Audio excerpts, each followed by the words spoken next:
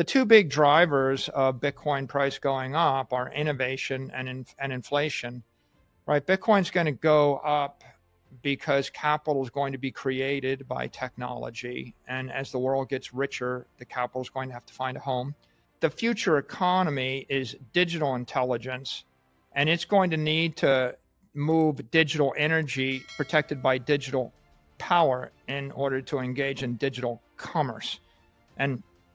And Bitcoin is that digital energy network, and that's why it's in the best interest of the US to own it.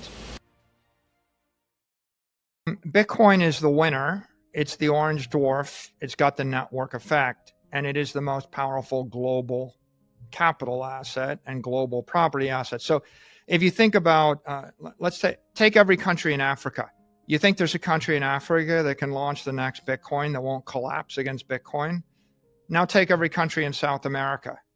You know, is Brazil going to be able to launch an asset that you would want to own more? No. Now take every country in Europe. The euro is the second largest currency and the best currency in the world other than the dollar. 99% of the demand for digital currency in Europe is for the dollar. Okay, so the Europeans can't even compete against the dollar. Will the Russians be able to launch something? No. Will the Chinese? No. Why? Nobody in China wants to own anything in China, Christine. How do I know that? Because there's a law, right? The Chinese make it illegal to move more than $50,000 of capital a year outside of China. If the Chinese drop the capital control, all of the capital in China would flow out of China. And so there will be geopolitical jostling, but Bitcoin is already the winner. It's reached escape velocity. And if the US government begins to acquire it aggressively, not only are they a beneficiary, but they will force every other country on earth to adopt Bitcoin as the global capital. In fact, what will really happen is the Japanese, the Canadians, the Mexicans, the Brazilians, all the Africans, all the Europeans will immediately, well, not immediately, they will inevitably, is the right word, inevitably begin to convert their physical and financial capital into digital capital on the Bitcoin network. It becomes a fait accompli. They almost can't stop it, right? So it's one of those geopolitical moves that when you embrace the network, you force all of your allies first to adopt it, and then all your enemies have to adopt it. There's four different metaphors for Bitcoin. There's digital capital, there's digital property. The third important metaphor is it's a digital energy network. And the AI economy is going to be built on digital energy by moving energy, money at the speed of light, at the speed of a computer. It's a $100 trillion economy. There is one digital energy network. If you own it, if you control it, you control and participate in that $100 trillion economy. If you don't, you're locked out of the economy. The AIs are going to think 1 million times a second, and they're going to want to trade 1 million times a second with each other. You can't do it without a digital monetary network, and that'll be built on Bitcoin as a settlement network. So if the entire future of the banking system and the digital commerce system and the AI economy, it's all going to be based upon digital money, digital energy, digital capital. And so that's important. And then the fourth metaphor is it's a digital defense system, because the measure of power in cyberspace is the exahash. If you want to create a system that can't be corrupted, censored, tampered with, or hacked by an AI or by another computer, you need raw power combined with the power of cryptography, a wall of digital energy or encrypted energy. And so if I wanted to send $10 billion into a war zone, the only way to do it is with Bitcoin. If I want to lock down a cyber system against cyber attack, where I want to authenticate it and make it tamper-proof, what you want is public-private key cryptography embedded into the Bitcoin blockchain, backed by 20 gigawatts of electricity, 850 exahash.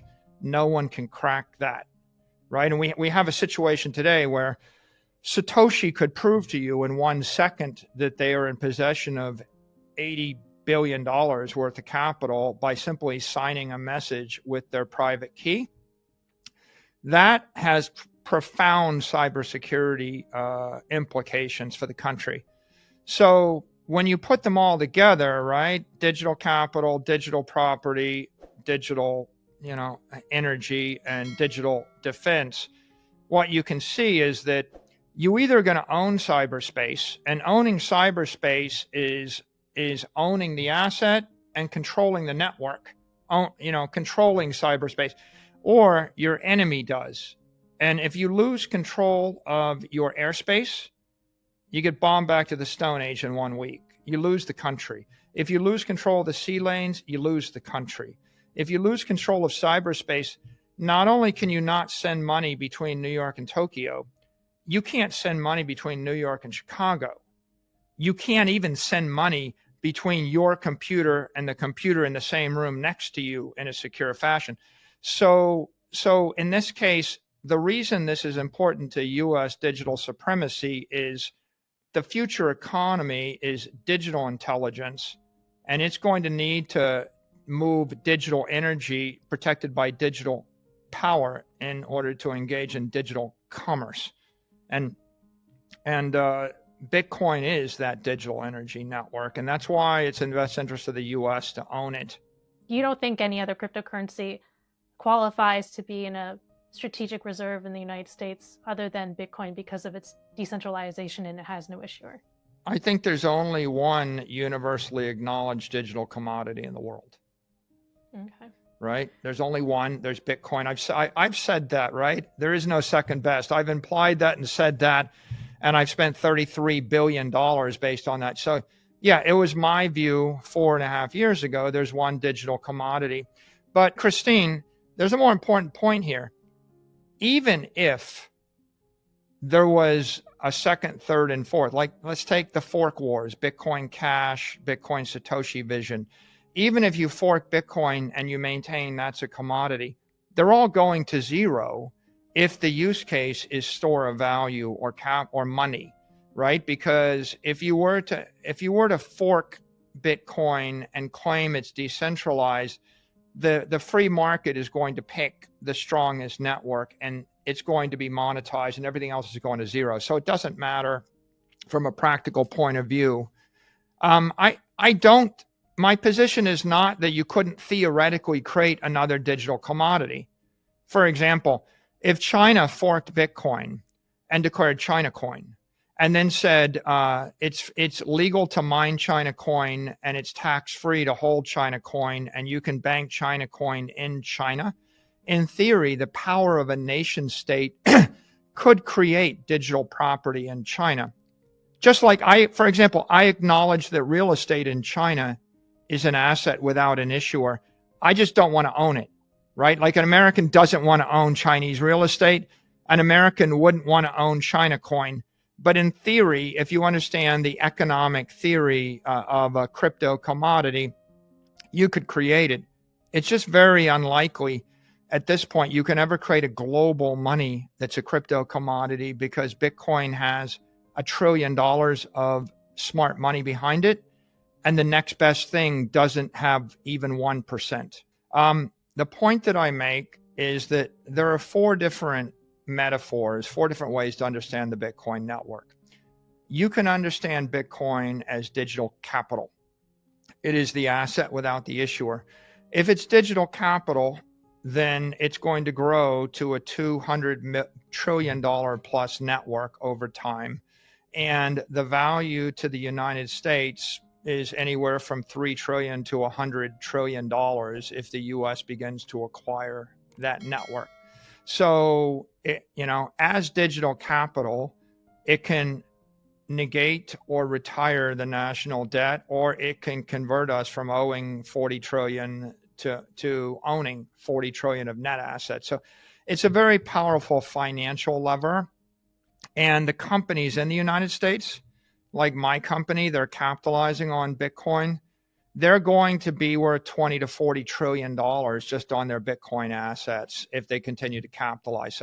So understood as digital capital, Bitcoin is enriching the corporations and the government itself, depending upon how much Bitcoin those entities own. That's the first metaphor. The second metaphor is Bitcoin is digital property. If you think of it as gold or cheese, nobody rents their cheese or mortgages their cheese. But when you think of it as owning 100 acres in Manhattan, if your family owned 100 acres of Manhattan 100 years ago and you owned it this year, and I asked you, what's your family doing with it? How are you going to pay your bills? You wouldn't say, well, we're going to sell our property in Manhattan. You would say, we're going to rent it, we're going to develop a building on it, or we're going to borrow against it. We're going to finance it. And so you would generate billions and billions of dollars off of 100 acres of real estate in Manhattan without ever selling it. It's property. And so Bitcoin as property means you will be able to rent it, finance it, or build businesses on top of it in the cyber economy. That would be worth $10 trillion to the United States in 2045 each year, right? We could generate $10 trillion off of the digital property that the United States buys in the strategic Bitcoin pay off reserve. The national debt? Well, you wouldn't be a national debt. You would basically flip from being a net debtor to a net creditor, and you would generate yield. So that's a very powerful idea. Just like the company that owns $100 billion worth of real estate generates billions and billions of dollars of rental income a year. Or if I have $100 billion of capital, I can generate $5 billion a year just loaning the capital out. You've said on plenty of occasions that Bitcoin in price is going to go up forever. In your latest presentation, I saw that by 2045, it'll be about $13 million Bitcoin. That's the base case, and $49 million in a bull case and $3 million in a bear case. When will Bitcoin, in your view, or will anything derail that trajectory, in your view? No, I don't think so. The two big drivers of Bitcoin price going up are innovation and inflation, right? Bitcoin's going to go up because capital is going to be created by technology. And as the world gets richer, the capital is going to have to find a home. And Bitcoin price is going to appreciate because there'll be more currency, more dollars, more pesos, more rubles, more everything. And the price is going to appreciate because people are going to sell their 20th century physical assets and financial assets and the like in order to buy digital assets. And that trend is going to accelerate as people get educated, because why would anybody want to own a warehouse in the middle of Africa when you could own the equivalent amount of Bitcoin? They're all going to trade when they can. It's just going to be a question of supportive institutions. Give me a safe way to buy $1 billion of it, and then supportive regulations, and then education. So these are all things that are simple to predict. And that was my prediction in July of 2024. But look what happened since then, right? Since then, we had a red sweep. You had a pro-Bitcoin Congress, pro-Bitcoin Senate, pro-Bitcoin House, pro-Bitcoin president. You have every cabinet member, or nearly every cabinet member, owns Bitcoin, is pro-crypto. They're all very supportive. And now you have a supportive Secretary of the Treasury.